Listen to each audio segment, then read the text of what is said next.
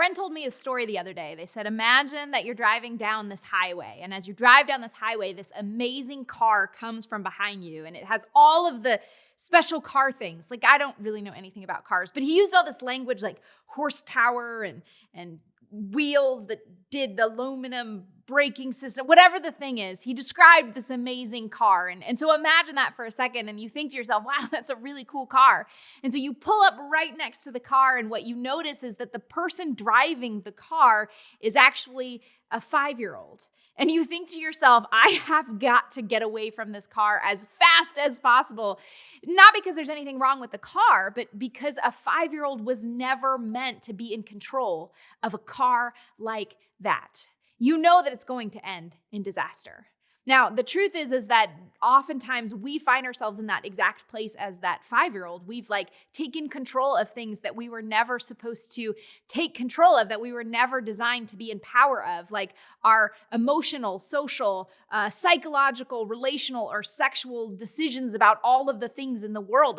We were never supposed to hold all of that power. And as a result, things start to fall apart, all because the wrong person was in charge. Now, if we look back at the beginning of the Bible, at the first pages, we see Genesis 1. God creates this whole world, this beautiful car, right? This beautiful creation that's perfect, and it's a paradise, and everything works well because God's in control, because he's the one that's supposed to rule the whole thing. There's no crime, there's no war, there's no suffering, and it's all because it was under the rule and control of God. But then what happens is everything changes. We get to Genesis 3 and everything goes crazy because humans decide they want to be in control. It's not that the humans in the narrative wanted to do evil. It's that they ate from the knowledge of good and evil. They wanted to take on the responsibility of deciding what was right and what was wrong, and the results were catastrophic. Now, in some ways, this is actually the whole point of the Gospel of Mark. It's not just this random collections of the stories of Jesus and his teachings. It's not his journal entry. Instead, Mark has this really specific purpose. In the first chapter of the first verse, Mark says, the beginning of the good news about Jesus, the Messiah, the Son of God. See, Mark makes this really big claim that Jesus is the rightful ruler, or the Messiah, and he's come to overthrow all of the wrong rulers that have caused disaster. Now, for the people in Jesus' day, they thought that meant he was going to come overthrow the Roman rule. They thought they were the ones that had made this whole place, this whole world a disaster. But as you continue to read the Gospel of Mark, what you find is that Jesus isn't talking about Rome at all, because in the end of Mark, Jesus actually lets himself be killed by the very government that they thought he had come to overthrow. And it turns out that if you read really carefully, Jesus is not trying to overthrow Rome, but overthrow the rule of sin and death that resulted when humans wanted to rule ourselves. See, at the beginning of Mark, when Jesus slips into the scene in that very first chapter, Mark's already told us that the people know that things aren't working right, that they are flawed and in need of help. And so they go to be baptized by John because they know that they need this help. They go to the place that John goes to, which is the Jordan River. It's the place of miracles from the Old Testament.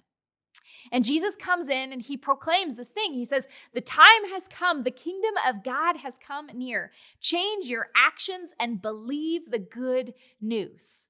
Now, this phrase that Jesus uses, and in fact, Mark used in the first chapter, good news, it's this word euangelion. It's basically breaking news. That's what it is. Breaking news of historic proportions. Something major has happened. Now, a couple weeks ago, watched the election, and the anchors on the news channel kept saying this thing, breaking news. They'd interrupt whoever they were interviewing. They say, breaking news. But then it would turn out that they said, we know nothing new yet. This is not that kind of breaking news. This is huge breaking news, alert breaking news of historic proportion that's going to change everything. And Jesus says that the breaking news is that the kingdom of heaven is near, that the rule of God is close, that the opportunity to come near and put yourself under God's new rule and control is come, that we all now have an opportunity to function in the way that we were created to function. To put ourselves in the yes position to God. Breaking news of historic proportion. Now, Jesus then, we're told in Mark, goes into the temple and he begins to teach about this breaking news. And the people are awed. They're like, what the heck? This is crazy. But I'm sure that they're wondering to themselves, is this breaking news just an idea? Or is it really true? Is it just talk or does it have action? And like right on cue, Mark tells us that this demon-possessed man stands up and he calls out to Jesus and he goes, "Why are you here? Are you here to destroy us? I know you're the Holy One bringing the kingdom." And Jesus in that moment rebukes this man and casts out the demon. And in that second, all the people see that Jesus has overthrown the rule of what bound that man and set up a new rule in him. Jesus was proclaiming and demonstrating that he had the power to overthrow whatever the past rulers were that were in us and set up a new reign and rule, the reign and rule of the kingdom. Now, I totally get it. Sometimes when we start talking about demon possession, we all kind of start freaking out, not sure what to do with that. But we shouldn't. One, because it's really common for us to see demon possession throughout Scripture. Also, because if we believe in an unseen personal God who works all things in the world for good, then it's not so hard to believe that there's an unseen personal enemy that works all things for evil. And plus, if you look at all of the evil and destruction in this world, it's not just individual acts, but instead it seems like there is a force for evil, like magnifying all of that stuff. Plus, the way that the Bible describes demon possession is not so uncommon from what you and I probably experience in our own lives. It's this binding, it's this being controlled by evil. It's not totally uncommon with what we deal with when we're controlled by sin or death or addiction or some way that we're broken and kept from living in line with the way that God desires us or has created us to live. And the truth is that you and I were not powerful enough to set ourselves free.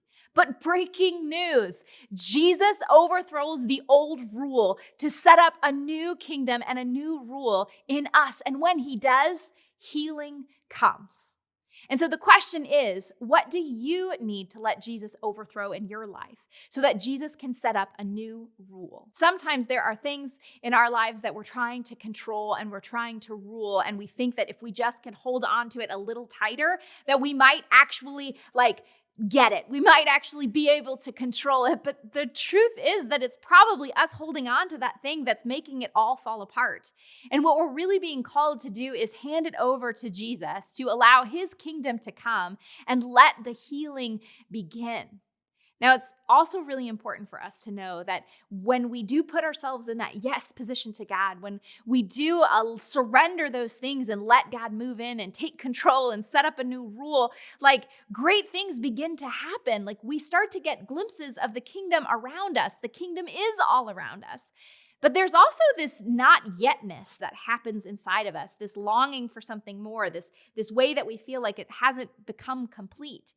And oftentimes this surprises people who follow Jesus, and it surprised the people back then that followed Jesus. See, they believed that Jesus would come one time in power and in charisma, and he'd overthrow Rome and all of the things. And so they and us, we become really disillusioned when it doesn't happen the way that we thought that it would happen. The people back then were really disillusioned when Jesus died.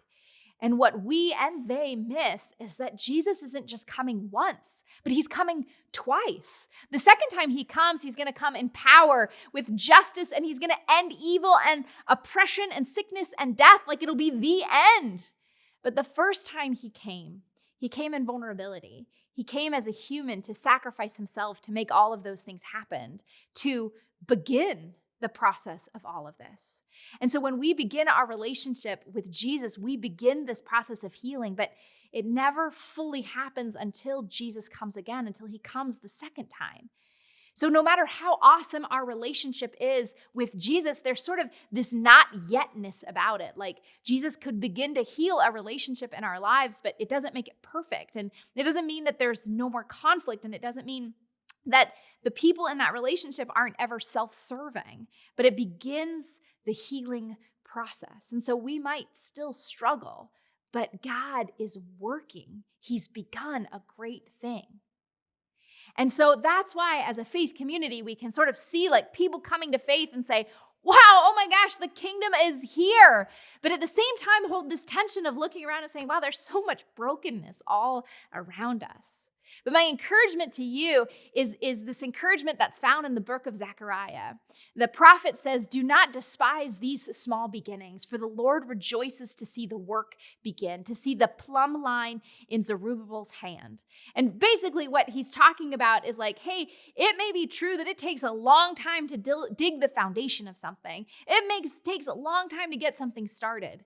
But don't underestimate those humble beginnings. Because what Paul tells us in Philippians is that he is certain that God, who began a good work within you, will continue his work until it is finally finished on the day when Jesus Christ returns. Sometimes as followers, we focus on the wrong thing. We feel that not yetness, and we think that it means that we spiritually haven't done enough or that we're missing out on some really great experience. Well, the truth is you are missing out. You're missing out on the fact that the king has not come back yet, but he's coming and it has begun.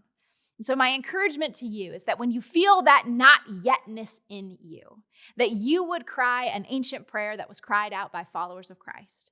It's a simple phrase that is Maranatha. It is translated as "Come, Lord, come." And it's a celebration that Jesus' kingdom has begun, that he's come this first time. But it's also a cry out for Jesus to come again, to say, "Come, Lord Jesus, come."